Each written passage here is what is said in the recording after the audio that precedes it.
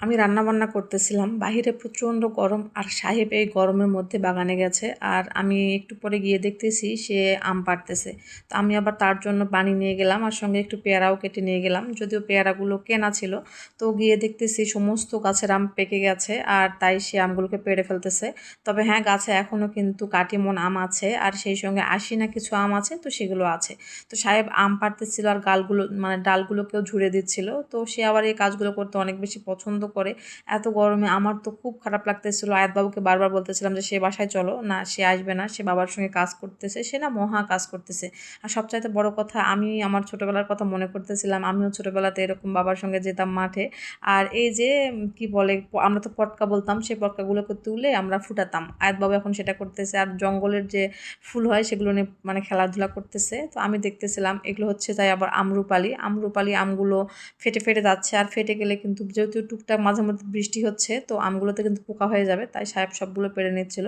পাড়ে রাখলে কি হয়, এটা আস্তে আস্তে পাকবে আর বেশ আস্তে আস্তে খাওয়া হবে। তো আমি আবার এদিকে দেখতেছিলাম যে পেয়ারার গাছটা একদম হেলে পড়ে যাচ্ছে, অনেক বেশি পেয়ারা ধরছে। আর পেয়ারাতেও না পোকা হয়েছে, সত্যি কথা বলতে। যেহেতু আমাদের মাঠের সঙ্গে লাগানো বাগানটা, মাঠে যখন মানুষ কীটনাশক ব্যবহার করে তো সেই পোকাগুলো বাগানের মধ্যে ঢুকে যায়। যেহেতু বাগানে আমরা বিষ প্রয়োগ করি না বললেই চলে, তাই তো এই পেয়ারাটা একটু ভালো ছিল, সেটা আবার নিয়ে চলে আসলাম।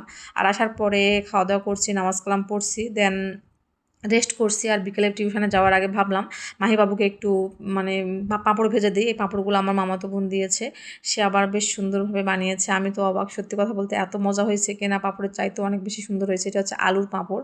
তো আমি আবার আলুর পাঁপড় টাপড় বানাই না, অনেক বেশি পছন্দ করে না, তবে মাহি অনেক বেশি পছন্দ করে, তাই ওর খালামণি ওকে দিয়েছে। তো আমি আবার ভেজে দিলাম। বলতেছিল আমার মেয়ে যে মা দেখছেন খালামণি কত সুন্দর করে ভাজতে পারে, তো আপনি কেন তৈরি করেন না? আমি বললাম যে আমি ভালো পারি না, তোমার খালামণি পারে, তোমার খালামণির কাছ থেকে নিয়ে নিয়ে খেও। তো খাওয়া দাওয়া শেষ করে আবার চলে আসলাম বাচ্চাদেরকে নিয়ে টিউশনে। আমার যেটা ডেইলি রুটিন আর কি, এটা করতেই হবে আমাকে। তো আয়াতবাবু এখানে অনেক বেশি মজা করে, যেহেতু মাহিবাবুর টিউশনটা আগে থাকে আর আমরা এরপরে মোটামুটি 1 ঘন্টার মতো সময় পাই। আর সেই সময়টা আমি আয়াতবাবুকে দেওয়ার চেষ্টা করি। পার্কে যাই, যদিও প্রচণ্ড গরম ছিল, তাই ওকে একটা গেঞ্জি পরে নিয়ে গেছিলাম। তো গেঞ্জিটা পরে কিন্তু মাশাআল্লাহ অনেক সুন্দর লাগতেছে। আপনাদের কাছেও যদি ভালো লাগে তাহলে অবশ্যই কিন্তু মাশাআল্লাহ বলবেন, তাছাড়া কিন্তু আপনাদের অজান্তেই কিন্তু বাচ্চাটার প্রতি বদনজর লেগে যাবে।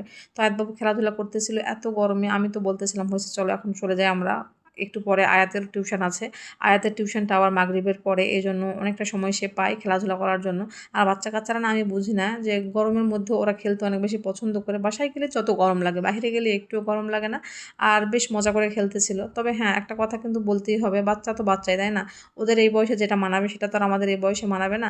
আর আমরা এই বয়সে যে চিন্তাগুলো করবো তারা কিন্তু ওই বয়সে সে চিন্তাগুলো করবে না। দেখতে দেখতে সন্ধ্যা হয়ে গেল আর এখন আয়াতবাবুর আমি চলে যাব। তো দোলনাটা ফাঁকা ছিল, আয়াতবাবু বলতেছিল যে আম্মু আপনিও আসেন, আমরা একটু দোলনা খাই। তো অনেক দিন পর দোলনায় উঠছিলাম, ভালোই লাগতেছিল। তবে আমার মনে হচ্ছিল যে মাথাটা একটু ঘুরাচ্ছে, মানে অভ্যাস নাই। তো বাচ্চার সঙ্গে মজা করতে পেয়ে আমার তো অনেক ভালো লাগতেছে। আর আয়াতবাবু বলতেছিল যে একটু ভিডিও করে নেন মাম্মি। আসলে ও না অভ্যস্ত হয়ে গেছে আর অনেক বেশি মজা পায়। ও দেখে মানে শুধু আমি ভিডিও করি এমনটা না, ও যেহেতু বাহিরের ব্লগগুলো দেখে, মানে ইংলিশ ব্লগগুলো অনেক বেশি পছন্দ করে, তো তাদের মতো করে কথা বলার চেষ্টা করে। ওইভাবে পুরোপুরি পারে না, তবে চেষ্টা করে। এটা দেখেও আমার অনেক ভালো লাগে। ওকে নিয়ে অনেক মজা করলাম আর সময়টা বেশ সুন্দর কাটলো। আমি জানি একটা সময় সে বড় হয়ে যাবে, আমার থেকে অনেক দূরে হয়তো চলে যাবে, কিন্তু এই স্মৃতিগুলো আমার মনের মধ্যে রয়ে যাবে। আর এই জন্য আমি যতটা পারি মেমোরি ক্রিয়েট করার চেষ্টা করি আর সেটা মনের মধ্যে ধারণ করে রাখারও চেষ্টা করি। তারপর অনেক বেশি ছোটাছুটি করতেছিল। কেমন লেগেছে ভিডিওটা অবশ্যই কিন্তু জানাবেন। সবাই কিন্তু মাশাআল্লাহ অবশ্যই লিখবেন।